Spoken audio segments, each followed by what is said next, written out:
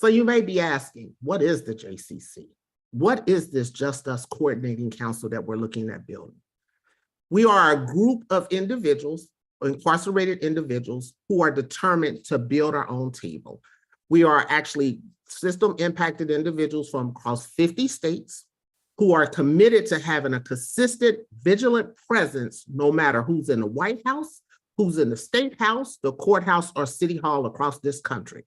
Nobody asks, or the NAACP, AARP, NAN, Poor People's Campaign, nobody cares who's in the White House. Why? Because their issues are still their issues and they must be addressed. They don't play the political game. They play the community game of, we are moving for our people.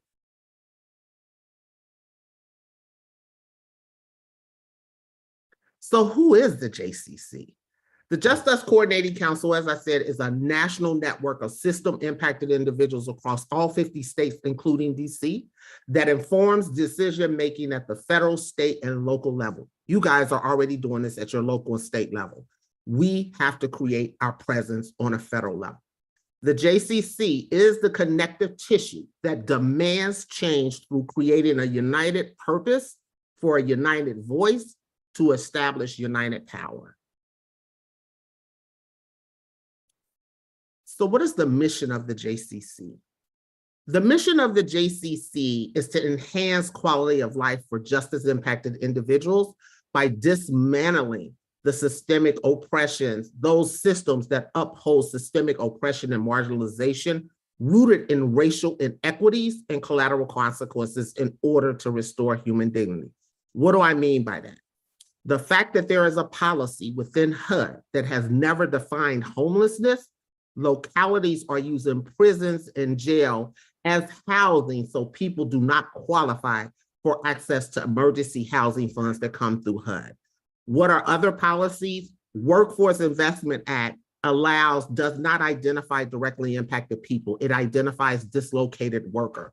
Therefore, when those federal funds hit your state and your local workforce board, they are determining, do we benefit from having access to those programs and those training programs in our communities? So one of the things we realize is we got to control our own narrative. We know Shirley Chisholm has said, if they don't give you a seat at the table, bring a folding chair. What the JCC has said, if they don't give you a seat at the table, we'll just build our own. We released this report yesterday. It's an unprecedented report. It has made all the media.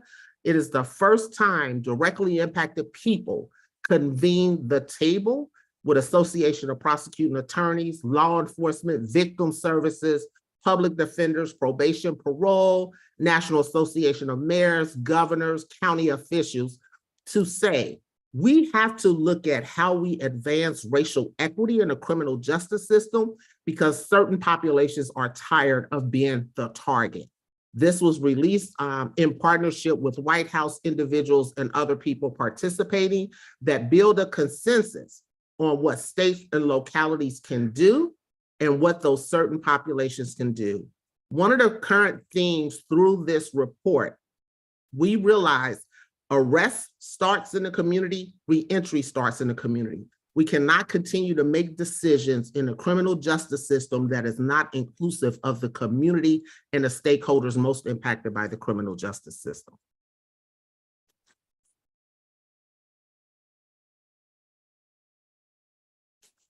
Building the table around economic justice is our report coming out, and I will turn it over to my co-presenter at this time.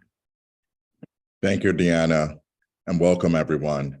So as Deanna mentioned, this report highlights a multitude of issues that we at the JustUS Coordinating Council have identified and presented in a report. To give you a real brief snapshot of some of the things that are in this report and some of the things that we highlight is in total approximately $200 million was appropriated by Congress for employment and training resources, specifically for folks returning from incarceration in FY22. But in comparison, the system of mass incarceration costs the government and families of justice-involved individuals at least $182 billion every year. So those impacted by the criminal legal system, both those incarcerated and those convicted, but yet not incarcerated, experience an overall aggregate of $372 billion in lost wages. So it is estimated that this will cost the U.S. economy between $1 and $1.5 trillion between 2019 and 2028. So this report, essentially, our ask is $10 billion of new funding that has been identified by the administration and based on several different levers in federal government. So this will not only fund things such as RIO, the First Step Act, Second Chance Act, WIOA, and other existing programs, but really create new pathways to economic mobility for justice-impacted individuals and their communities. And with that, I will pass it back over to Deanna. Thank you. So you may be saying, what does all that mean? What is that all really saying? Well, currently what it's saying is that the federal government only invests roughly around, I think he said 200 million into reentry services of people returning from incarceration. Why is that significant?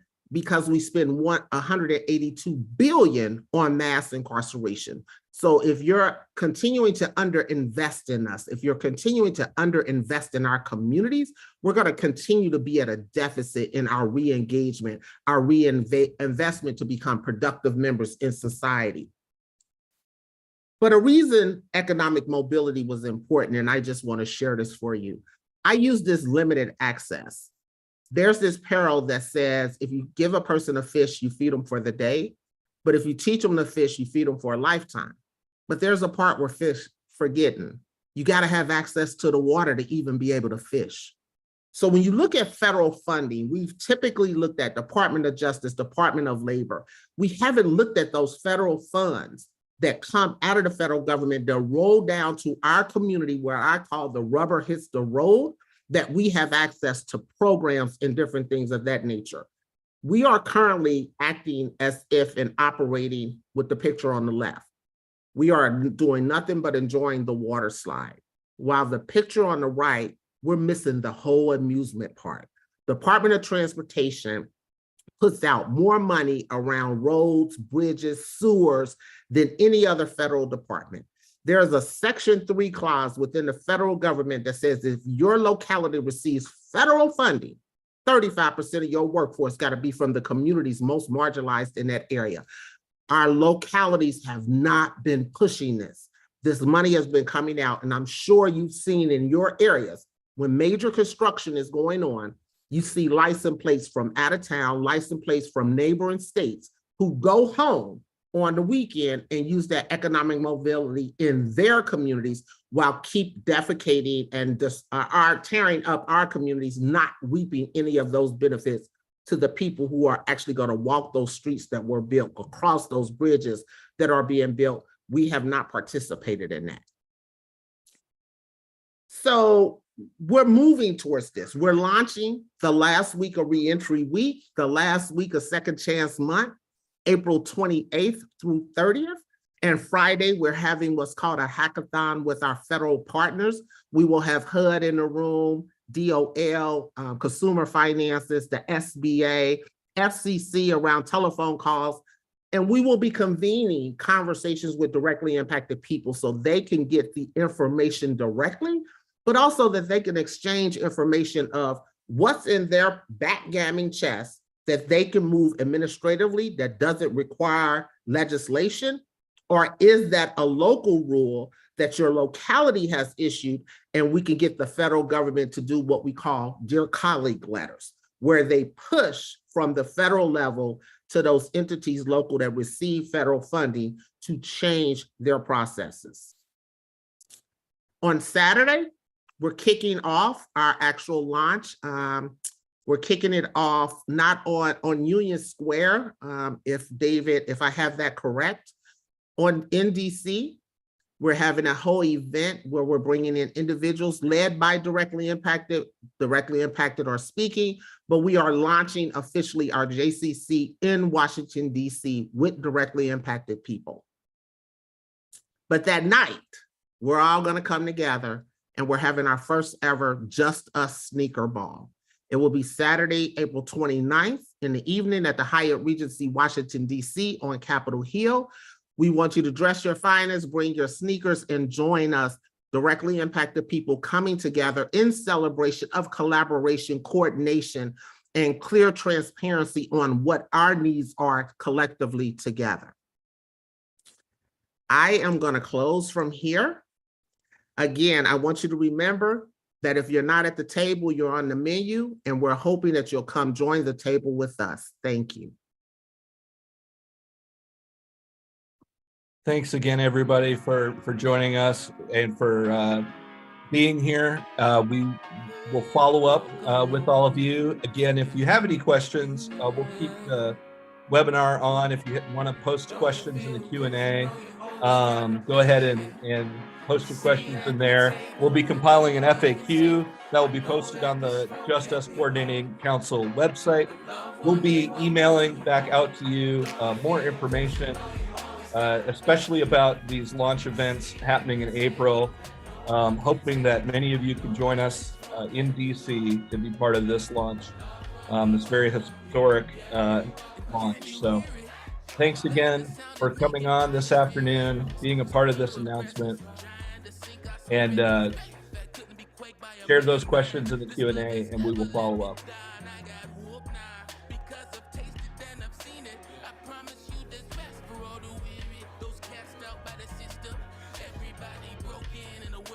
Could never feel like home. Uncommon people open your window. We got a new song. Welcome home.